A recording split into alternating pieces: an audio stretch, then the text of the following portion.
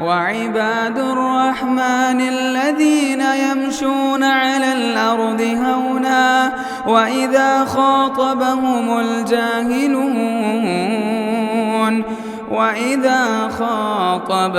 الجاهلون قالوا سلاما۔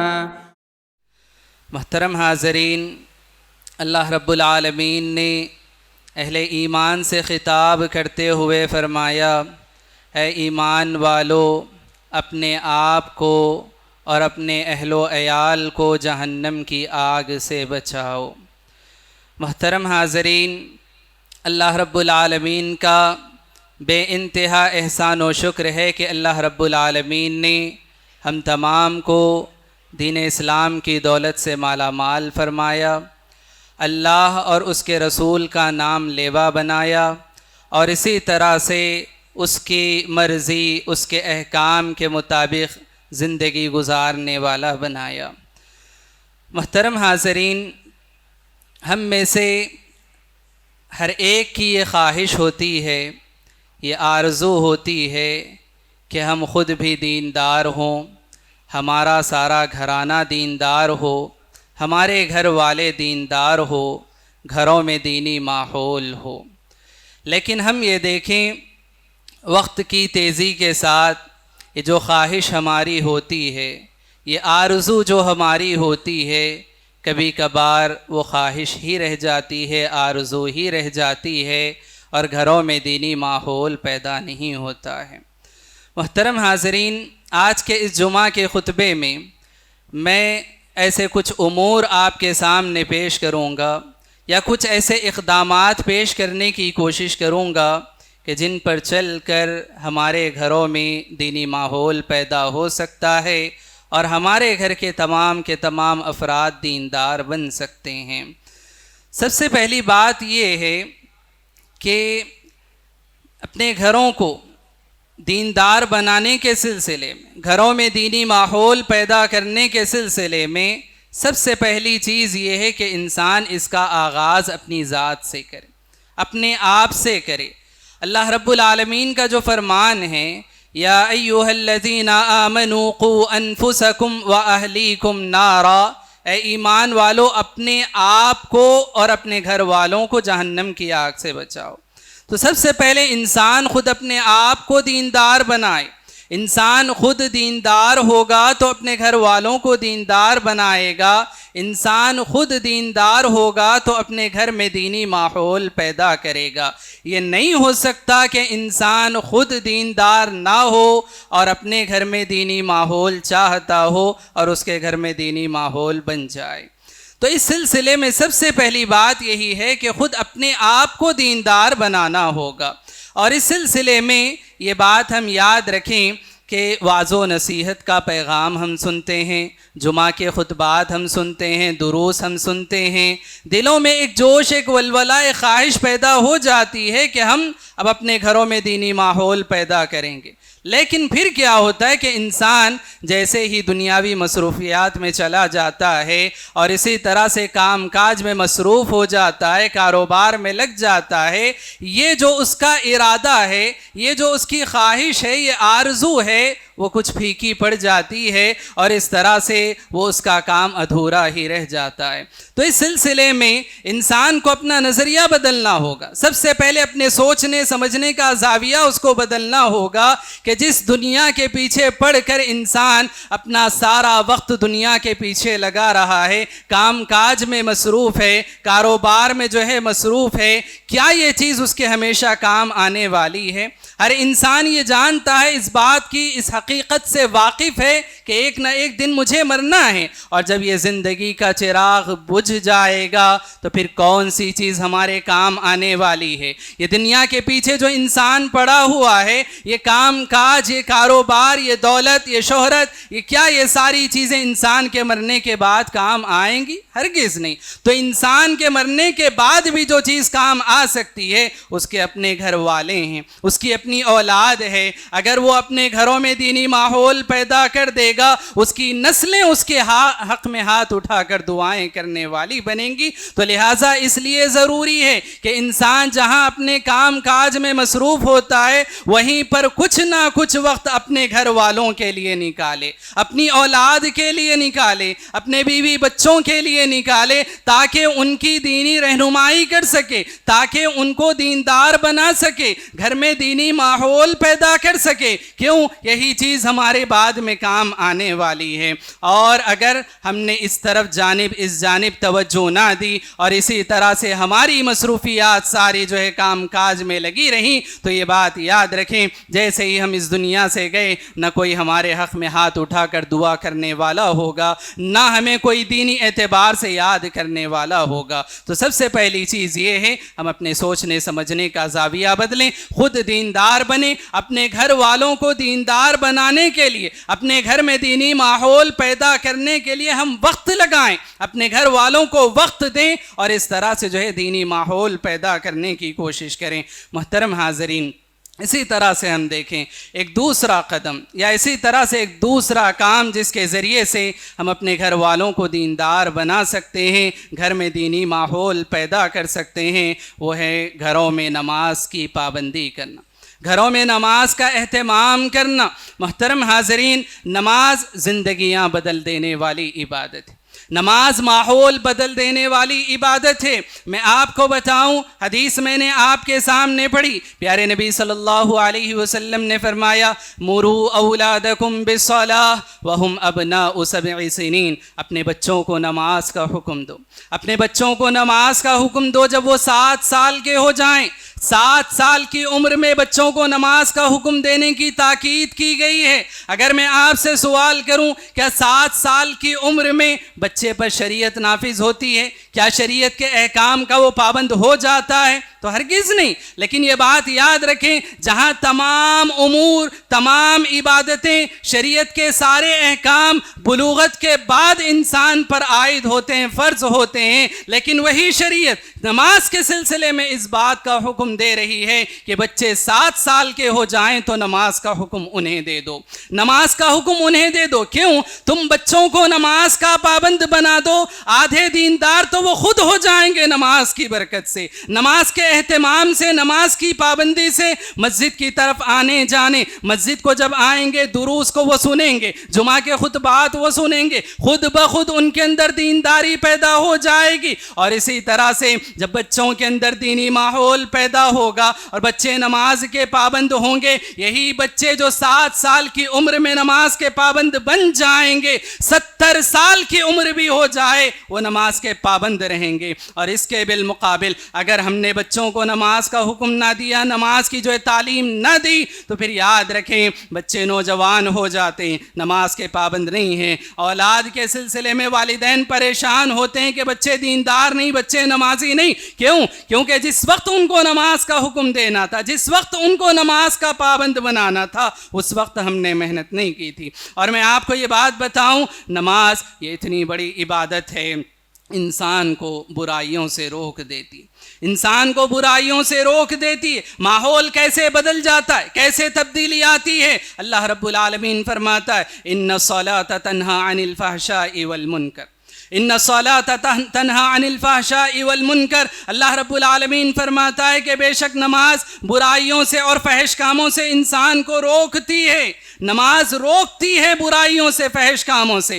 آج جتنے لوگ یہ بات کہتے ہیں کہ جو ہے بری عادت میں پڑ چکا ہے, اسی طرح سے لت لگ چکی ہے اور اسی طرح سے خرافات میں وہ مبتلا ہو چکا ہے, یاد رکھیں اگر اپنے بچوں کو سدھارنا چاہتے نماز کا پابند بنائیں, اس لیے کہ سب سے بڑی لت, سب سے بڑی برائی, سب سے بڑی عادت جو ہو سکتی ہے وہ شراب کی عادت ہوتی ہے. اللہ کے نبی صلی اللہ علیہ وسلم نے شراب کو ام الخبائث کہا, یعنی کہ خباثتوں کی ماں, برائیوں کی جڑ اس کو قرار دیا. اتنی خطرناک یہ لت ہے, اتنی خطرناک یہ عادت ہے. لیکن میں آپ کو بتاؤں جب صحابہ کرام رضی اللہ عنہم سے شراب کی عادت کو چھڑایا جا رہا تھا, اس وقت میں نماز کو اس کا ایک اہم ذریعہ بنایا گیا.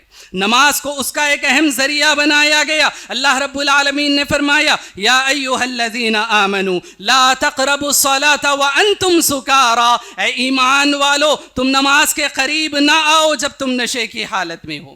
اس طرح سے پیارے نبی صلی اللہ علیہ وسلم نے صحابہ کرام رضی اللہ عنہم کے دلوں میں نماز کا شوق، نماز کی جستجو، نماز سے محبت، نماز کی تڑپ ان کے دلوں میں پیدا کی۔ اور جب ایک طرف نماز کا شوق ہے، نماز کی جو ہے محبت ہے، دوسری طرف شراب ہے، تو صحابہ کرام رضی اللہ عنہم نے نماز کو ترجیح دی، اور اس طرح سے وہ شراب کی عادت، شراب کی برائی ان سے دور ہو گئی۔ میں آپ کو بتاؤں اللہ رب العالمین نے جس طرح سے یہ بات بیان فرمائی کہ شراب برائیوں سے روک دیتی ہے، فحش کاموں سے، منکرات سے انسان کو روک دیتی ہے، یہ نماز کا ماحول ہمارے گھروں میں دینی ماحول پیدا کرتا ہے، بچوں کو سدھار دیتا ہے، نوجوانوں کو سدھار دیتا ہے۔ اسی لیے ہم دیکھیں اللہ کے نبی صلی اللہ علیہ وسلم نے اس بات کی تعلیم دی ہے کہ لوگوں اپنی نماز کا کچھ حصہ اپنے گھروں میں رکھو، اپنی نماز کا کچھ حصہ اپنے گھروں میں رکھو۔ جس طرح سے فرض نماز کی پابندی کے لیے مسجد کو آنا ضروری ہے،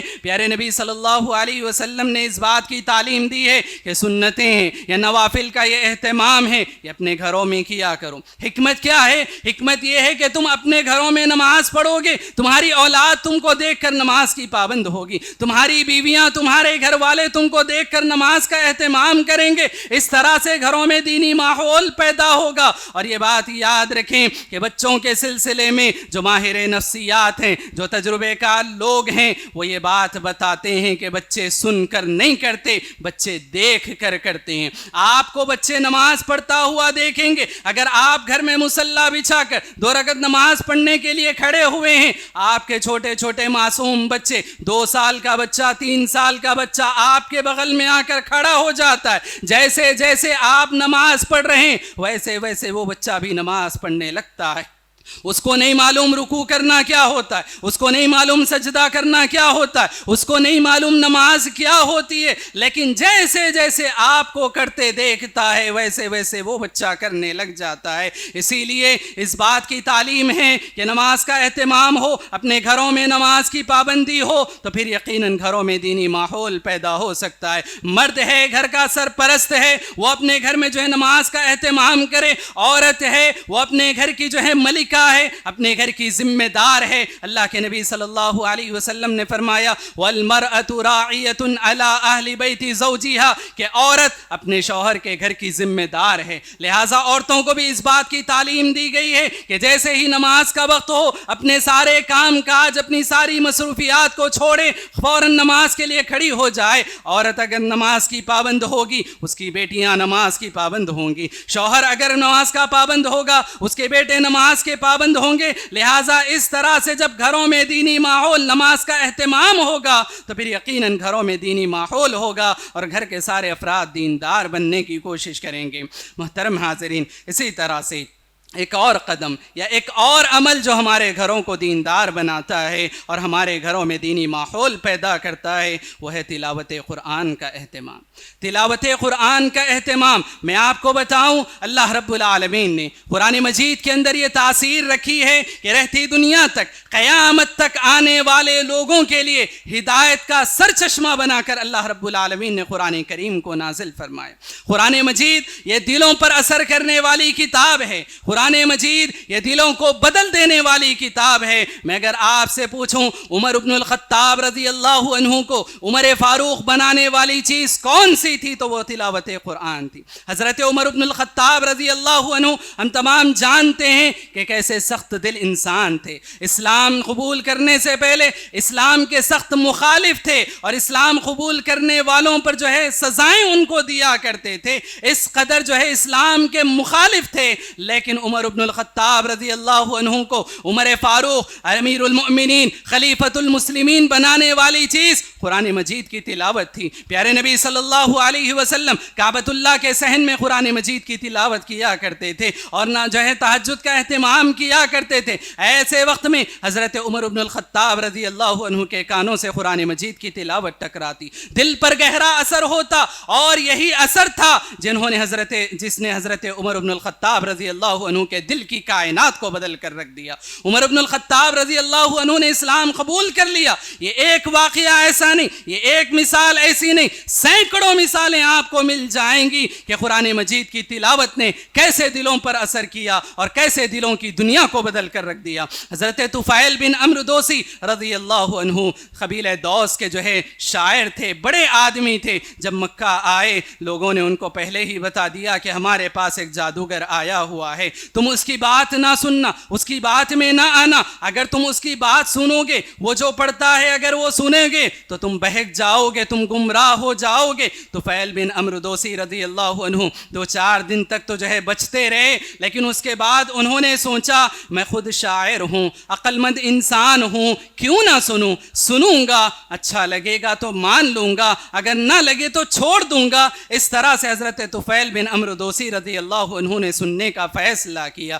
پیارے نبی صلی اللہ علیہ وسلم کعبۃ اللہ کے صحن میں قرآن مجید کی تلاوت کر رہے ہیں، طفیل بن عمرو دوسی رضی اللہ عنہ کے کانوں سے قرآن مجید کی تلاوت ٹکراتی ہے۔ پھر اس کے بعد کیا تھا، جو ایک مرتبہ سنا وہ اسی کا ہو کر رہ گیا، اور اس طرح سے حضرت طفیل بن عمرو دوسی پیارے نبی صلی اللہ علیہ وسلم نے اپنی نماز ختم کی، اپنے گھر کی طرف رخ کیا، پیارے نبی صلی اللہ علیہ وسلم کے پیچھے پیچھے چلے گئے، گھر پر جا کر دستک دی، پوچھا کون ہے تو کہا کہ طفیل ہوں، پوچھا کس ارادے سے آئے ہو تو حضرت طفیل بن عمرو دوسی نے کہا ابھی جو آپ پڑھ رہے تھے وہ سننے کے لیے آیا ہوں، وہ سننے کے لیے آیا ہوں۔ پیارے نبی صلی اللہ علیہ وسلم نے جب قرآن مجید کی آیات سنائی تو پھر ایسا گہرا اثر ہوا کہ حلقہ بگوش اسلام ہو گئے اور اسلام قبول کر لیا۔ محترم حاضرین، اسی طرح سے ہم دیکھیں یہ تو وہ لوگ تھے جنہوں نے اسلام قبول کر لیا، بات ان کی بھی آتی ہے جو قرآن مجید کی تلاوت سے لوگوں کو روکا کرتے تھے۔ پیارے نبی صلی اللہ علیہ وسلم قرآن کی تلاوت کرتے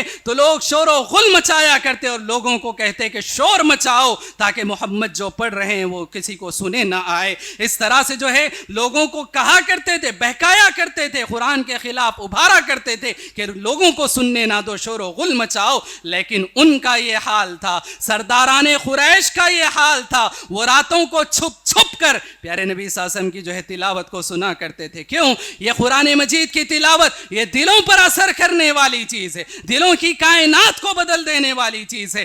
آج ہمارے گھروں میں دینی ماحول کے ناپید ہونے کی ایک اہم وجہ یہ ہے کہ تلاوت قرآن کا ماحول ہمارے گھروں سے ختم ہو گیا۔ لہٰذا ضرورت اس بات کی ہے کہ گھر کا سرپرست انسان یا پھر جو ہے گھر کی سرپرست خاتون یا کوئی بھی انسان گھر کا اپنے بچوں کو، اپنے گھر والوں کو قرآن پڑھ کر سنائے، قرآن کا ترجمہ پڑھ کر سنائے۔ اس بات کی عادت ڈالیں کہ ہر روز کم از کم 1 رکوع ہم کو پڑھنا ہے قرآن مجید کا اور ہم کو سمجھنا ہے۔ کتنے افسوس کی بات ہے، قرآن مجید اللہ رب العالمین نے ہماری ہدایت، ہماری رہنمائی کے لیے اللہ نے نازل فرمایا، لیکن ہم میں سے کتنے ہیں جو قرآن کے پیغام سے واقف نہیں ہیں، قرآن کے احکام سے واقف نہیں ہیں۔ اللہ رب العالمین کتنے مرتبہ قرآن مجید میں یہ پکار کر کہتا ہے یا ایھا الذین آمنو، ہم سے خطاب ہے کہ اے ایمان والو، لیکن ہم کو نہیں معلوم ہمارا رب ہم سے کیا خطاب کر رہا ہے۔ یہ بڑے افسوس کی بات ہے۔ تو لہٰذا واقعی معنوں میں اگر ہم اپنے گھروں میں دینی ماحول پیدا کرنا چاہتے ہیں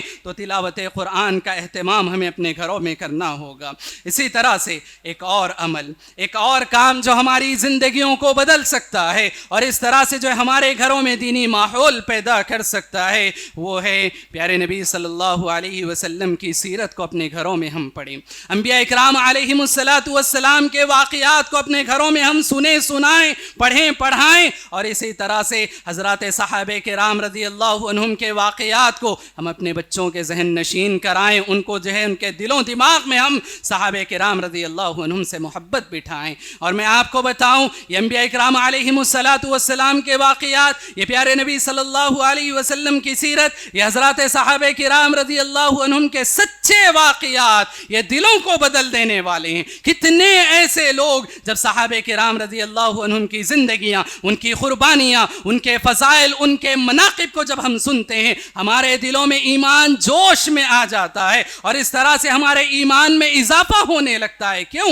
اللہ رب العالمین نے فرمایا قرآن مجید کے یہ جو واقعات ہیں، انبیاء اکرام علیہم السلام کے یہ جو واقعات ہیں، یہ کائنات کے سب سے سچے واقعات ہیں، یہ کائنات کے سب سے اچھے واقعات ہیں۔ انسانی تاریخ میں ان سے سچے، ان سے اچھے کوئی اور واقعات نہیں ہو سکتے۔ اسی لیے اللہ رب العالمین نے قرآن مجید میں ان کے واقعات کا تفصیل سے ذکر فرمایا اور ساتھ ہی یہ بھی بیان فرما دیا لقد کان فی قصصہم عبرۃ لأولی الالباب کہ عقل مند لوگوں کے لیے ان واقعات میں ان قصوں میں بہت بڑی نصیحتیں ہیں۔ محترم حاضرین، ابھی ہم نے حضرت ابراہیم حضرت اسماعیل علیہ السلام کی زندگیوں کے بارے میں بہت کچھ سنا۔ یہ حضرت ابراہیم کی زندگی ایک باپ کو کیسا باپ ہونا چاہیے بتاتی ہے، حضرت اسماعیل کی زندگی ایک بیٹے کو کیسا بیٹا ہونا چاہیے بتاتی ہے۔ یہ اگر انبیاء اکرام علیہم السلام کے واقعات ہمارے گھروں میں سنے سنائے جائیں گے، پڑھے پڑھائے جائیں گے تو پھر یہ یاد رکھیں کہ ہمارے گھروں کا ماحول دینی ماحول ہوگا۔ ہر کوئی ان پیغمبروں کی زندگیوں سے سبق حاصل کرتے ہوئے ان جیسا بننے کی کوشش کرے گا۔ میں ایک چھوٹا سا مختصر واقعہ آپ کو بتاؤں۔ ایک کلاس روم میں ایک ٹیچر نے سارے بچوں سے یہ سوال کیا کہ تم بڑے ہو کر کیا بننا چاہتے ہو؟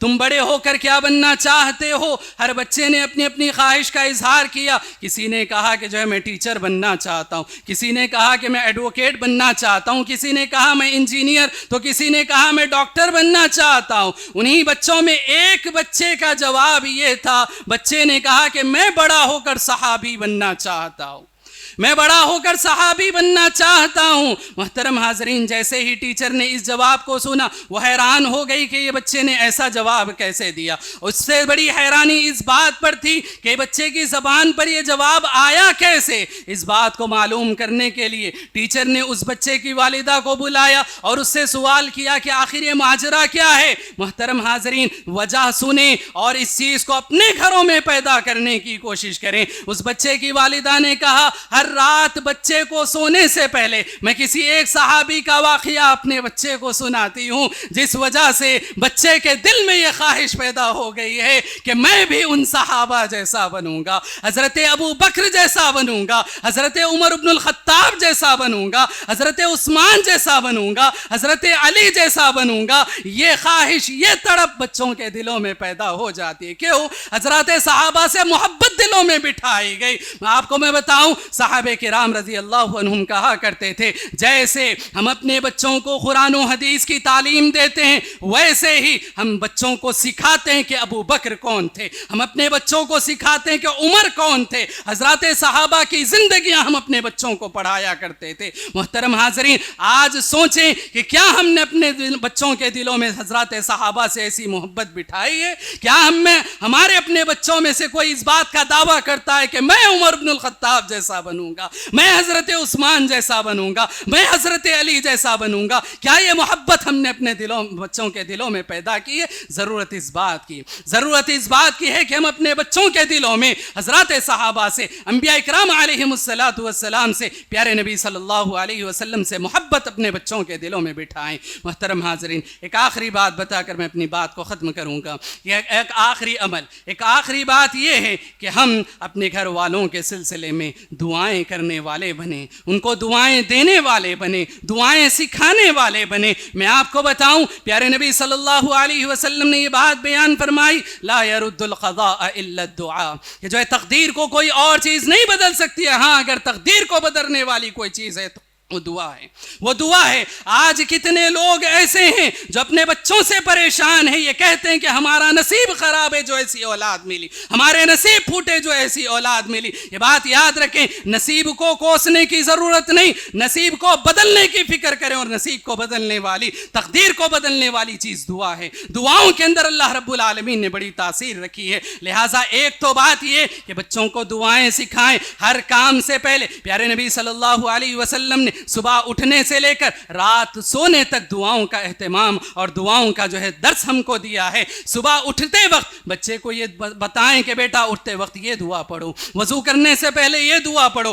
کھانا کھانے سے پہلے یہ دعا پڑھو، کھانے کے بعد یہ دعا پڑھو، قضائے حاجت کے لیے جا رہے ہو یہ دعا پڑھو، قضائے حاجت سے آ رہے ہو تو یہ دعا پڑھو، مسجد میں داخل ہونے سے پہلے یہ دعا، مسجد سے نکلتے وقت یہ دعا۔ یہ دعائیں انسان کی زندگیاں بدل دیتی ہیں، انسان کی زندگیوں میں دعاؤں کا بڑا گہرا اثر ہوتا ہے۔ ایک بات تو یہ کہ دعائیں سکھائیں، دوسری بات یہ کہ ہم اپنے گھر والوں کے سلسلے میں دعائیں کرنے والے بنیں، دعائیں کرنے والے بنیں۔ دعاؤں سے گھر کا ماحول بھی بدل سکتا ہے، دعاؤں سے زندگیاں بدل سکتی ہیں۔ اور ہم ایک گھر کی کیا بات کریں، دعاؤں کے اندر اللہ رب العالمین نے ایسی تاثیر رکھی ہے، بستیوں کی بستیاں، قبیلے کے قبیلے بدل جاتے ہیں۔ میں نے ابھی آپ کے سامنے یہ بات رکھی، حضرت طفیل بن عمرو دوسی نے تلاوت قرآن سن کر جو ہے اسلام قبول کیا تھا۔ دین کے کچھ بنیادی معلومات حاصل کرنے کے بعد وہ اپنے قبیلے کی طرف گئے اور جا کر انہوں نے اپنی قبیلے کو جو ہے اسلام کی طرف دعوت دی۔ کسی نے اسلام قبول نہیں کیا۔